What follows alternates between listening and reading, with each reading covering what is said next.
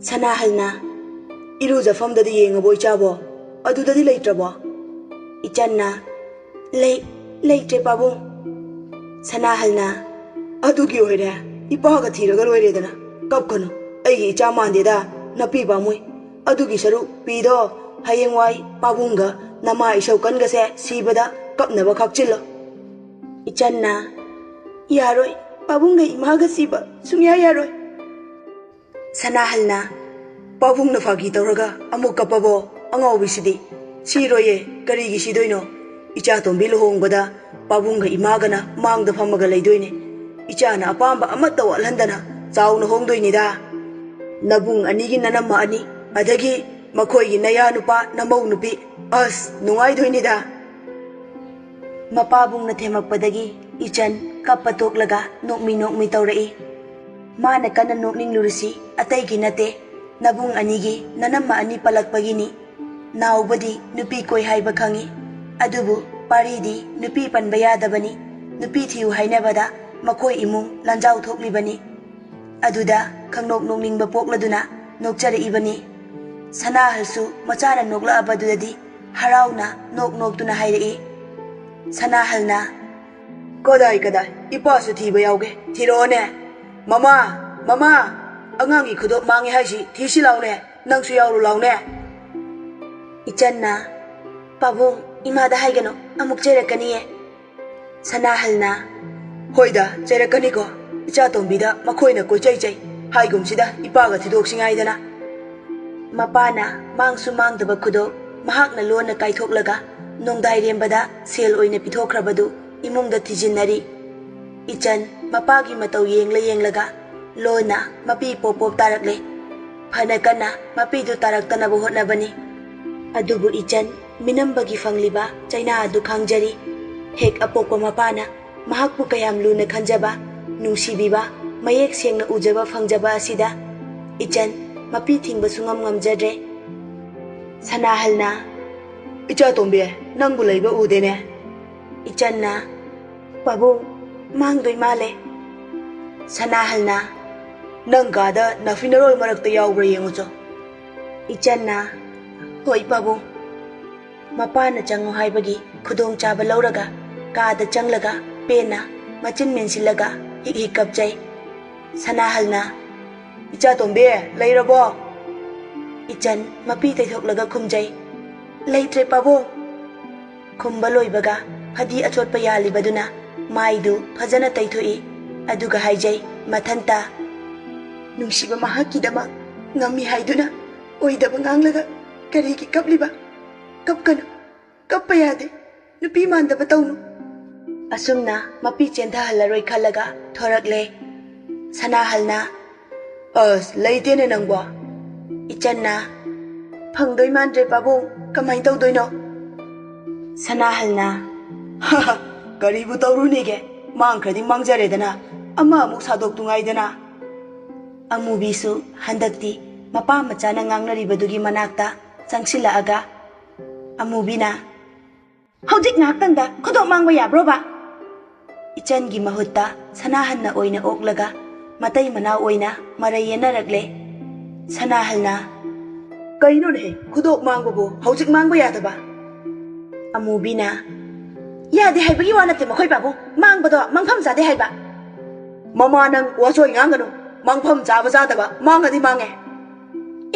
makhoi babungna nachagi bichangda hekta changi changbagi wanate ne nang ngangidu taba yadeba pot mangba haise hojik manglamdabadagi horen mangba oirakadoine adudagi numit ama haukidoiba adudagi adum mari manga chatkidoine maida idi nachase chingnaye khodok kai thogane sinnaramdoini aduk yamba seldudi mabu kadai sinnadoiba taba yaba wa ngangna sida mama ho nachase aigi suichani nate mama nupa lesing tara maya oidoini madubu mana kadai sinnadawrige leikai ahum marida aibu khangdaba leiba nate aigi ichabu khangdaba misu pakna leiroi aduna mana khudok kaiba karam haina oithokani khangde madu oirasune aina chingnai mabuksi kaya da fatriba mama noba Ichangi mabukta khanjai mama oibisingna macha oibisingi mabu wakhalamadi kari thabak tawramgani kari aronba tawramgani irai laina khangba ngami hainabadu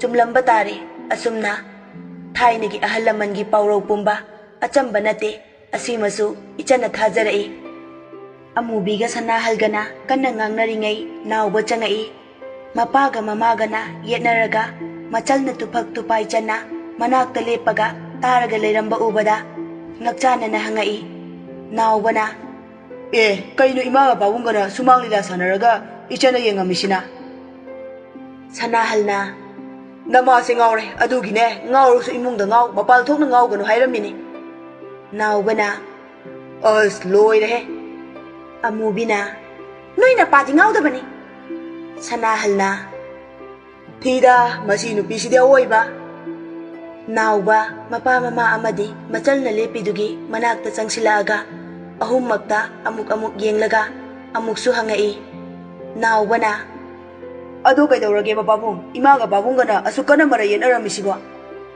ichan kithikirum ama itau taurabani mabungna chaibirani khanbagi sanahalna kaisu leiba wana teda nachalgi khudokto irujabada tahoraba mafam marang khangdre adugi namana sauriba naubana kariya khudok mangeba ichan da yenglaga kalapna hairakpani ichan kibana mabungda kiruk yengjarai sanahalna hoine namana nganganina kapibane aina thembadagi farabane naubana mangkre kaino adugibo kaidobai kapchadoba ichalna lising laksaba yabadubo imana adugibo saubiri tu karigino amubina haima masi maso naubana ima kudo machadubo mangkre yareba tasawdaga hairunu makok chakbugi haunabi angang dawo fubini ima su akoi tasawgo chakmana zabane mathong waram khangdaba sauba yaina pangsaw sawneba naubana wadu makha samthadabi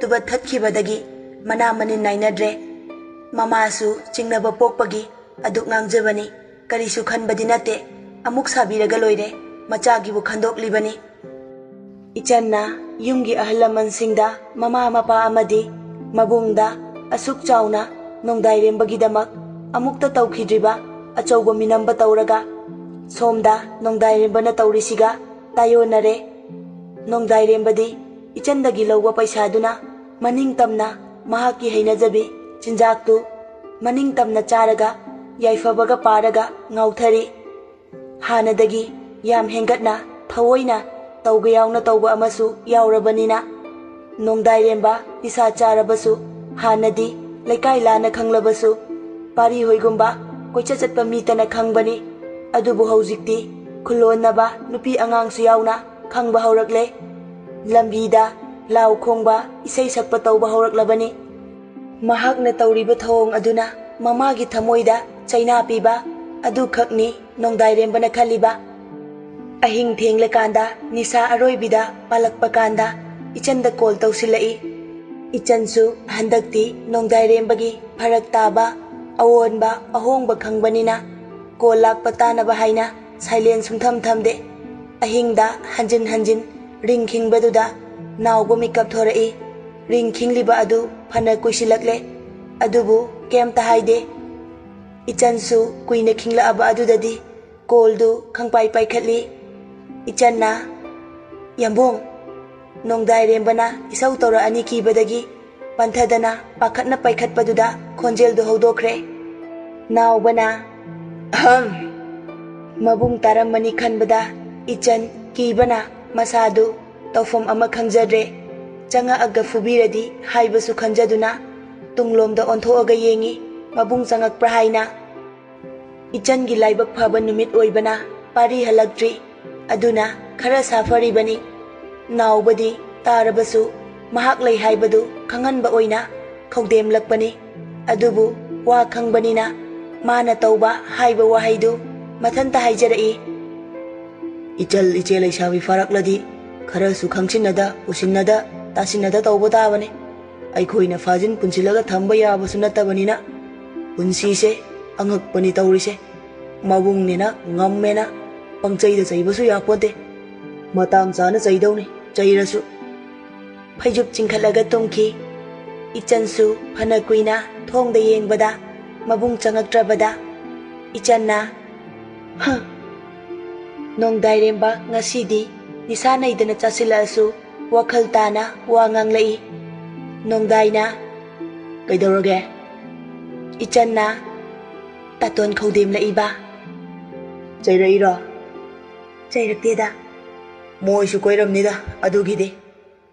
Khangde ka hekta haijilise khangamganida.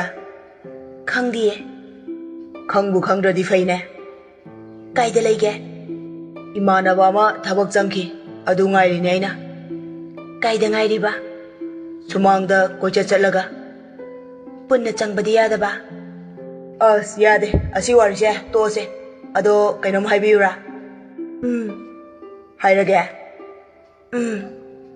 aina haidoi wase nang pakatpa chingnaba poktro. Pokte. Kaige khangde. Kaino khangde haisiba. Adusu khangde.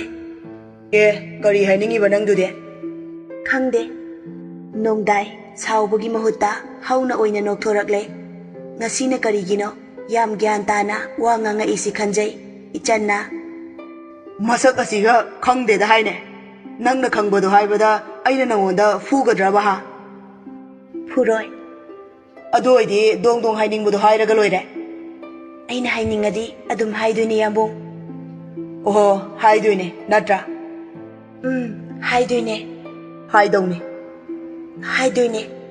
Haidoine. As yambung.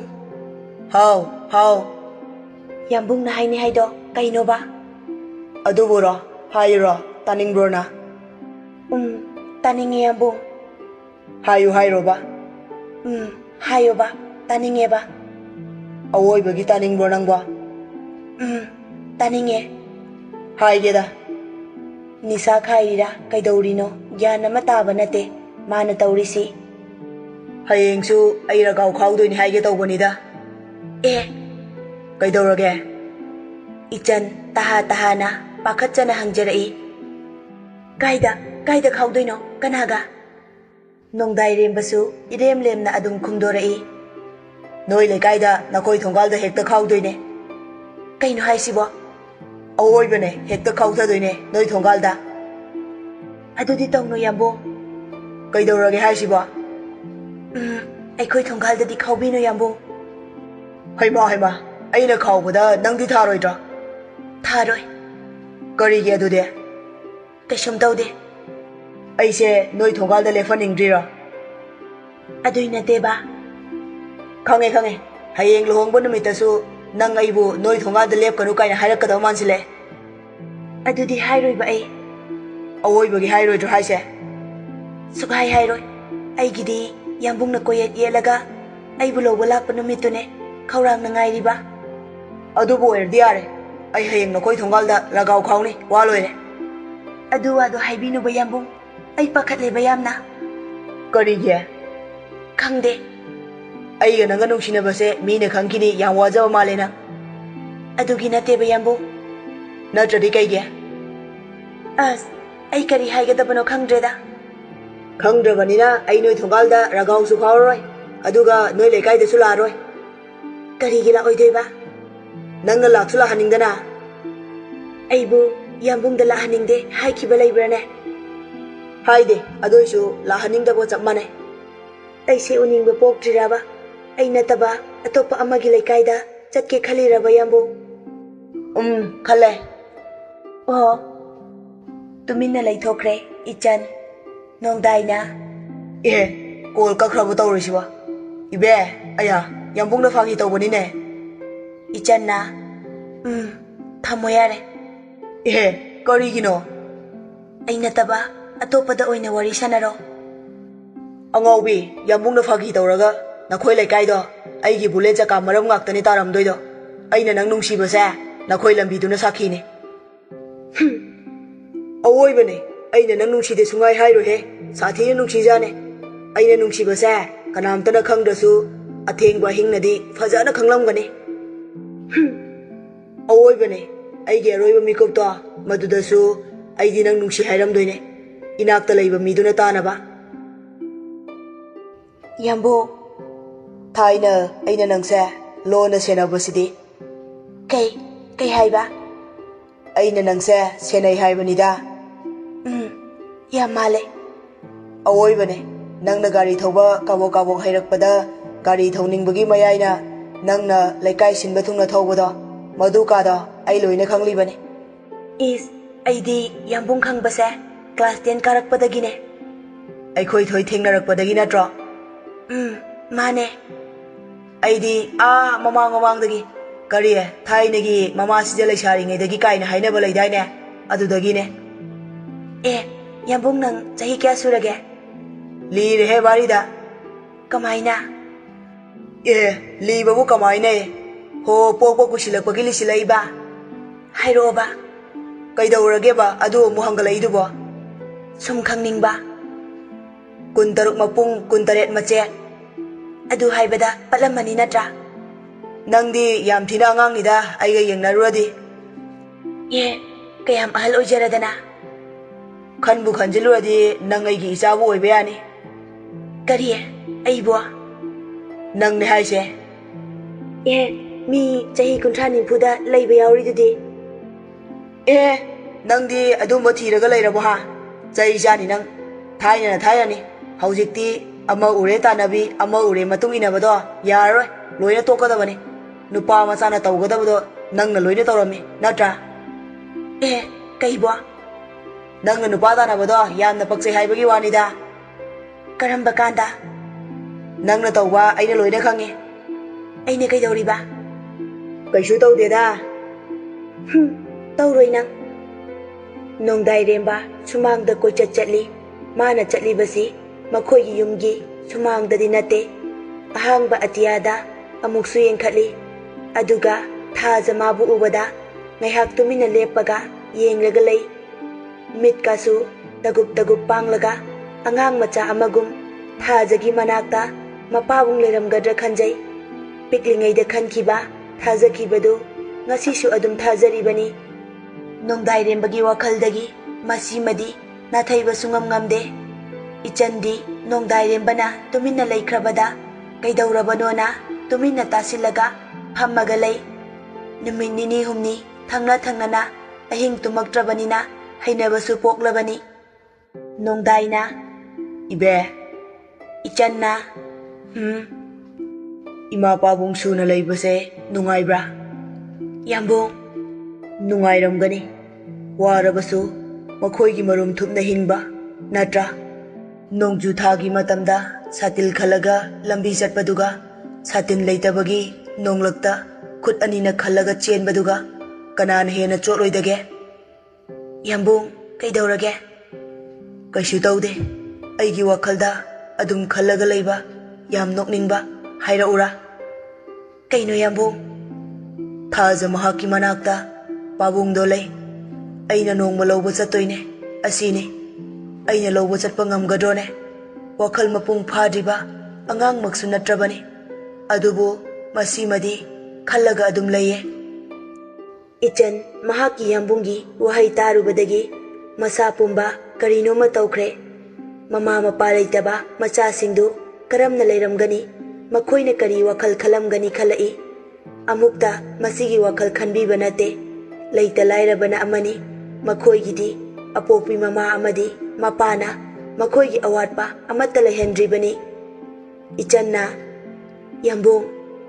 ꯅꯣꯡꯗꯥꯏꯅ, "ꯅꯣꯛꯅꯤꯡꯗ꯭ꯔꯥ ꯑꯩꯒꯤ ꯋꯥꯈꯜꯁꯦ? ꯑꯩꯅ ꯄꯥꯕꯨꯡꯒꯤ ꯃꯅꯥꯛꯇ ꯄꯥꯕꯨꯡ ꯂꯧꯕ ꯆꯠꯄꯗ ꯑꯩꯕꯨ ꯑꯍꯤꯡꯕ ꯑꯣꯏꯅ ꯆꯠꯄ ꯌꯥꯒꯗ꯭ꯔꯅꯦ?" ꯃꯗꯨ ꯍꯥꯏꯅꯨ ꯌꯥꯝꯕꯨꯡ. ꯑꯩ ꯍꯧꯖꯤꯛꯇ ꯈꯜꯂꯛꯑꯦ. ꯑꯩꯈꯣꯏ ꯄꯨꯄꯨꯅ ꯑꯩꯉꯣꯟꯗ ꯅꯨꯡꯁꯤꯅ ꯀꯣꯛꯇ ꯅꯥꯟꯊꯕꯤꯔꯒ ꯍꯥꯏꯕꯤꯔꯝꯕꯅꯦ.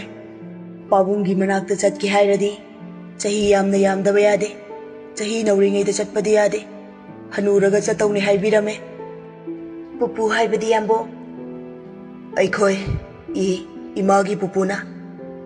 ꯑꯣ, ꯑꯗꯣ ꯀꯩꯅꯣꯝꯇ ꯍꯪꯖꯒꯦ ꯌꯥꯝꯕꯨꯡ? ꯍꯪꯉꯣ. ꯌꯨꯝꯒꯤ ꯍꯥꯏꯗꯤ ꯄꯥꯕꯨꯡꯒꯤ ꯁꯥꯒꯩ ꯅꯥꯇꯩ ꯑꯃꯠꯇ ꯈꯪꯗꯕ꯭ꯔꯥ? ꯅꯣꯡꯗꯥꯏꯔꯦꯝꯕ ꯏꯆꯟꯒꯤ ꯋꯥꯍꯪ ꯇꯥꯕꯗ ꯃꯃꯤꯠꯇꯨ ꯆꯦꯖꯦꯠ ꯎꯏꯁꯤꯟꯖꯩ. ꯑꯗꯨꯒ ꯃꯆꯤꯟꯗꯨ ꯄꯩꯊꯣꯛꯂꯒ ꯀꯞꯄ ꯈꯥꯡꯖꯩ. ꯌꯥꯝꯕꯨꯡ. ꯍꯥꯎ. ꯃꯤꯠ ꯈꯪꯄꯥꯡ ꯄꯥꯡꯊꯣꯛꯂꯛꯏ. ꯑꯗꯨꯒ ꯑꯃꯨꯛ ꯃꯈꯥ ꯇꯥꯊꯔꯛꯏ. Ibe, aina asuk kuibase ithanta hangjaduna lakpa wahangne. Ngasi shu paukhum phangba leite. Ai ama leibagi ima pabung leiribane. Natra yumnak ama leiribado sagai natai leifam thoina. Karigi ima na pabungi saktam phawba aingonda lotliba. Lambel chatpadabu khongul amakakta taba oithokadra. Ningthem cha sagai amata aikhoi leikaida natrabasu thangnaba leikaida leite. Nongmatasu imana aikhoidi adudagi hongakpani adadagi lakpani. Natrabasu thainadagi aikhoina leiriba mafam asida leirambagini haiba wafam amatasu pande.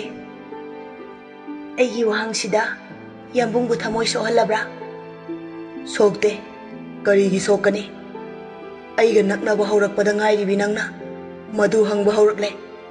Adubu ainadi kari khalamgani khangi nangsu khalaga yengone. Yambung, ahing yamna thenge yumda hannaba tawroba? Ai yumda hanjaningde. Yumda hek khong thangjinbaga isase leitafam khangde. Yambunggi kari pendaba nungaitaba leibagino aingondasu khanghanbiyo yambung. Khangakani nongma natraga nongma nangsu soidana khanglakani. Hauzik khanghanbiyo. Ai nupane nupanabu imung manunggi wari sanabrane. Ai wase nupina khoibu hanthana khanbagi wa ngaksu nate. Mi wa ngangnaba migi wari sanaba haibase nupina ayamba tawgale. Hoi adubudi. Ai wa amadi haige nang masimadi yadaba tawno. Yage yambung.